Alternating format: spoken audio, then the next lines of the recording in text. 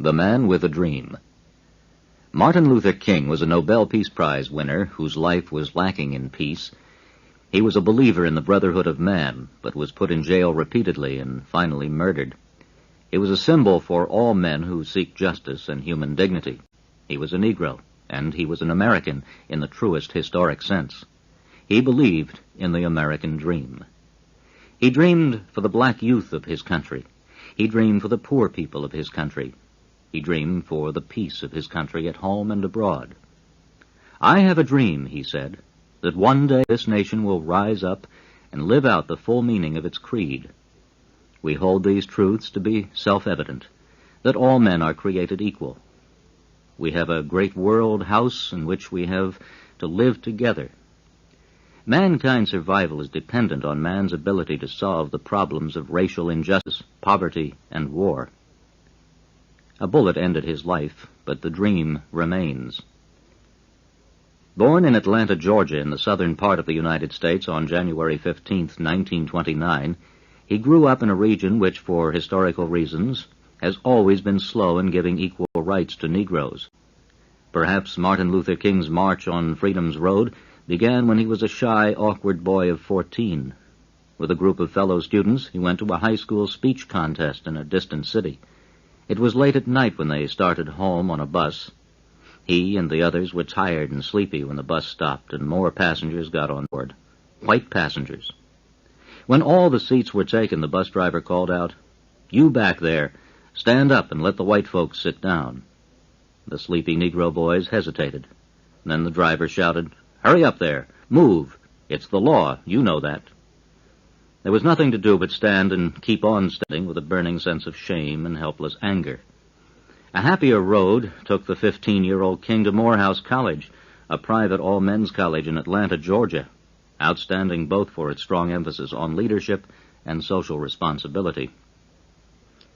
At Morehouse, King met a number of outstanding church ministers and found their ideas for seeking civil rights for the Negroes exciting and worthwhile. With their encouragement, he read and reread a book by the 19th century American philosopher Henry David Thoreau called Civil Disobedience.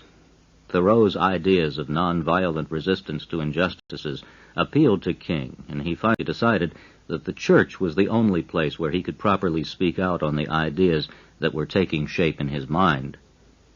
In 1948, King graduated from Morehouse and entered Crozier Theological Seminary in Chester, Pennsylvania.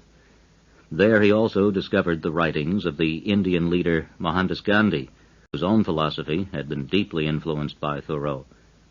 This was a turning point for him on Freedom's Road. King graduated first in his class at Crozier. He was named the school's most outstanding student and was the first Negro ever chosen to be president of the student body. Next, he went on to study at the University of Pennsylvania and Harvard University. He received a Doctor of Philosophy degree from Boston University. While still a student in Boston, King met Coretta Scott, a pretty and talented soprano singer who was studying at the New England Conservatory of Music. She gave up her promising career to become his wife, and they were married in June 1953. Coretta would share his dream. She and their 4 children would also share his hardships on Freedom's Road. In 1954, he became the minister of a small Negro church in Montgomery, the capital city of the state of Alabama, in the heart of the Deep South. Now Freedom's Road took a sudden turn for young Dr. King. On the evening of December 1st, 1955, in Montgomery, a bus stopped at an intersection, and a Negro dressmaker named Rosa Parks, a member of Dr. King's church, boarded and took a seat. As the bus picked up more passengers, the Negroes were ordered to give up their seats to the white people. All but one obeyed the driver. When the driver told Mrs. Parks to stand up, she refused. "I don't really know why I wouldn't move," she said later. "There was no plot or plan at all. I was just tired from shopping. My feet hurt." Rosa Parks was arrested for refusing to obey the law and forced to pay a fine of $10. The incident angered the Negro community. Overnight, the buses in Montgomery became the symbols of all the insult, all the injustice and inequality that Negroes had to endure. Dr. King and other community leaders saw a perfect opportunity to challenge the law. Following the ideas of Gandhi, the 26-year-old King insisted that non-violent passive resistance to the unjust law would force its repeal. Using his church as a center of activity and protest, he urged the Negroes of Montgomery not to ride the buses. For 382 days, filled with hardship and fear, the Negroes of Montgomery refused to ride the buses, each one walking the Freedom Road with Dr. King. At last, the law was declared unconstitutional by the United States Supreme Court. It was a moment of victory. King became a Negro leader of national importance. He had not only been successful with his nonviolent methods, he had also given fresh encouragement to the Negro movement, which would grow into one of the most important social revolutions in the history of the United States. Now the road became a broad highway. Men and women, both black and white, joined with King to march for freedom, to demand all civil rights for Negroes. There were demonstrations in 800 cities. In 1 year, Dr. King traveled more than 700,000 miles and made more than 200 speeches, always with the call for equality and brotherhood without violence. In 1959, King left his church in Montgomery and returned to Atlanta, Georgia, where he organized the Southern Christian Leadership Conference, which soon became the leading civil rights organization in the country. Through its work, done by many white supporters as well as black, an increasing number of unjust and unequal laws were changed. But the road went on. In the summer of 1963, it led Martin Luther King to Washington, D.C.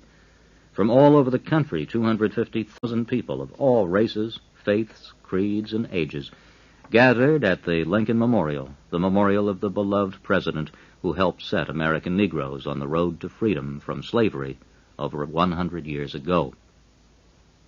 Late on that summer day, Martin Luther King stood before the great crowd and began to speak. "I still have a dream. It is a dream deeply rooted in the American dream. I have a dream that one day this nation will rise up and live out the true meaning of its creed. We hold these truths to be self-evident, that all men are created equal. I have a dream that one day the sons of former slaves and the sons of former slaveholders will be able to sit down together at the table of brotherhood. I have a dream that my 4 children will one day live in a nation where they will not be judged by the color of their skin, but by the content of their character. I have a dream today." The marchers returned home with new determination. They had come to the nation's capital to demonstrate their support for a new civil rights bill then being considered by Congress. The next year it became law and ended inequality in buses, hotels, and all other public accommodations. In 1964, Martin Luther King was awarded the Nobel Prize for Peace. Only 35 years old, he was the youngest man ever given this honor, the 3rd Negro, and the 12th American.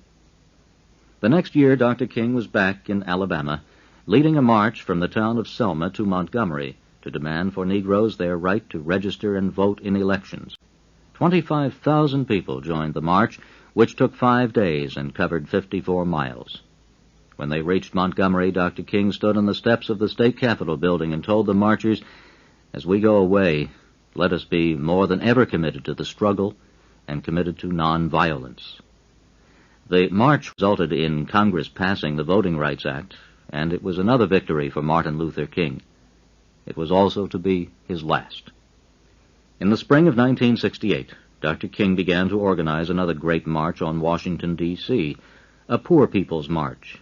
He planned to bring thousands to the nation's capital to ask Congress for better jobs, better low-cost housing, and better welfare plans.